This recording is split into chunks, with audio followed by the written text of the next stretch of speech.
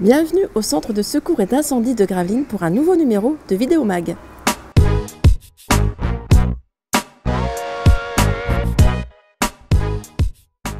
Bonjour capitaine Fournier. Bonjour. Merci de nous accueillir dans votre caserne, merci de nous ouvrir vos portes. Je vous en prie. Donc on voudrait tout savoir de ce qui se passe dans une caserne justement.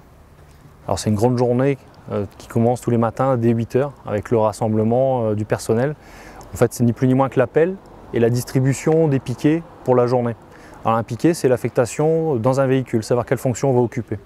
C'est aussi s'assurer que l'ensemble du personnel est présent à son poste à la prise de garde et commencer à distribuer les tâches pour l'ensemble de la journée parce qu'il y a tout un entretien du matériel à effectuer notamment. Justement l'appel c'est quand même très militaire. Oui, dans l'esprit c'est ça. Tout le monde est en tenue, répondant présent à l'appel de son nom sur chaque piquet qui est annoncé. Il y en a 3. Donc il y en a un le matin à 8 h, il y en a un à 10 h 30 après la séance de sport et à 14 h en début d'après-midi, généralement c'est celui qui précède la manœuvre. Donc après l'appel, comment se passe une journée? Une journée type à la caserne? Tout de suite, c'est s'assurer que le matériel est en place, qu'il n'y a rien de manquant. Et c'est un contrôle à la fois de tout ce qui est matériel de secourisme, des batteries, des matériels nécessitant des décharges électriques. Et pendant 1 heure à peu près, il y a un contrôle complet de tout le matériel qui est réalisé par l'ensemble du personnel. Ensuite, une fois que ça c'est fait, vers 9 h, c'est la séance de sport, jusqu'à 10 h. 10 h, c'est le casse-croûte parce que les pompiers ont aussi besoin de manger, jusqu'à 10 h 30 avec la douche. Et ensuite, c'est un nouvel appel qui là précède la phase d'entretien du matériel où ça va être plus du nettoyage à la fois des véhicules mais du casernement. Voilà. Sinon au niveau des repas, comment ça se passe? Les pompiers font également leur repas? Oui, tout à fait. Donc on n'a pas de cuisinier, mais chaque jour, un sapeur-pompier est désigné pour faire la cuisine pour l'ensemble de ses équipiers. Donc c'est lui qui fait tout, des courses jusqu'à la préparation. Il n'y a que la partie vaisselle en fin de compte où là c'est un temps commun qui contribue aussi à la cohésion, tout le monde donne un coup de main pour convivial aussi. Voilà, pour ranger et remettre en état la cuisine. Voilà. Justement, combien de pompiers ont intégré la caserne de Gravelines? Les professionnels, les volontaires? Alors on est à peu près à moitié-moitié puisque là on a 39 pompiers professionnels et 44 pompiers volontaires, plus 2 personnels administratifs. Donc on est un total de 85 agents. Dont 4 officiers pour l'encadrement. Au niveau des filles, des femmes, est-ce qu'il y en a justement plus Oui, il y en a plus. Et il y en a de plus en plus. Oui, parce qu'étonnamment, les dernières candidatures enregistrées pour devenir pompier volontaire le sont quasiment de manière exclusive par des femmes. Comment vous expliquez Je ne sais pas, c'est compliqué. C'est vrai qu'on parle toujours de crise du volontariat, on a du mal à avoir des candidatures, puisque l'engagement moyen maintenant tourne à 5 ans, alors qu'il y a quelques années, on pouvait atteindre 15 ans, 20 ans. Pour les plus anciens, ils tiennent 35 ans, toute une carrière en étant sapeur-pompier volontaire. C'est beaucoup plus difficile puisqu'on a des contraintes familiales, professionnelles, et puis il faut la motivation tout simplement. Et l'homme, à l'instant T, c'est les femmes qui font preuve de plus de motivation et de disponibilité.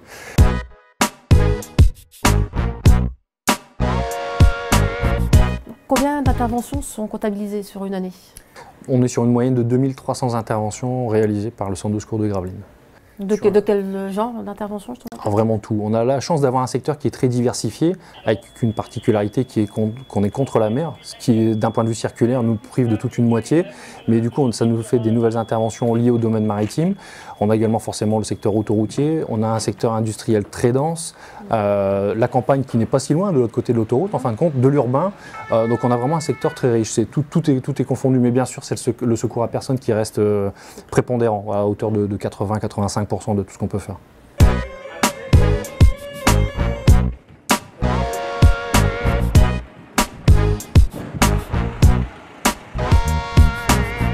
La relève est assurée avec les jeunes sapeurs-pompiers, donc les JSP.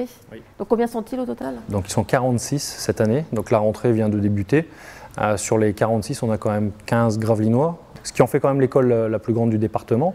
Donc ça, on n'en est pas peu fiers. Hein. Il y a 10 filles, et cette année sur les 46, il y en a 7 qui vont préparer le brevet, qui est l'aboutissement de leurs 4 années de cursus, qui leur permettra à l'issue aussi de devenir plus facilement sapeur-pompier volontaire, parce qu'en ayant ce vernis de connaissances accumulées sur 4 ans, ça leur permet d'avoir une formation accélérée, ce qui est d'autant plus intéressant pour nous, pour le service, d'avoir ce vivier à disposition. Et comment se passe la journée en fait? C'est le samedi, c'est ça? C'est tous les samedis après-midi, donc ça c'est un choix qui est fait par chaque école.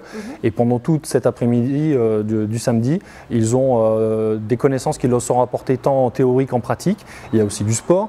Ils pratiquent de l'ordre serré. Alors l'ordre serré, c'est tout simplement apprendre à marcher au pas, parce qu'il y a un vrai côté disciplinaire qui leur est assuré. Ils participent de toute façon au défilé Ah oui, tout à fait. Là, ils le savent à l'engagement, qu'ils sont sollicités régulièrement les week-ends pour les cérémonies patriotiques. C'est vraiment un investissement. Oui, c'est un investissement. Et c'est à partir de quel âge? Donc, les textes prévoient qu'on peut le faire à partir de 12 ans à Gravelines. Le plus jeune à 13 ans. Pourquoi 13 ans? Parce que sur les 4 ans, ça les amène à 17 ans pour le brevet. Et à 18 ans, dès leur majorité, on peut les recruter comme sapeurs-pompiers volontaires, sous réserve qu'ils habitent sur le secteur. Ouais.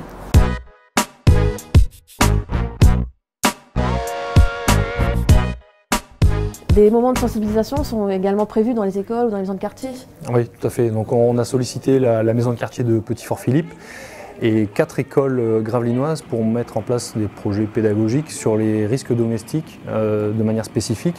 Le but est à la fois de les éveiller à la prévention de ces risques, leur expliquer qu'une maison c'est aussi de multiples pièges qu'on ignore parfois, insister vraiment sur la partie incendie parce qu'il y a de multiples sources d'incendies domestiques et quelque part c'est aussi préparer l'avenir pour nous en expliquant le métier de sapeur-pompier à des enfants et peut-être créer des vocations. Donc ça veut dire potentiellement donner l'envie peut-être justement avoir des jeunes sapeurs-pompiers qui deviendront par la suite des sapeurs-pompiers volontaires et donc c'est préparer l'avenir à quelques années à l'avance, quoi.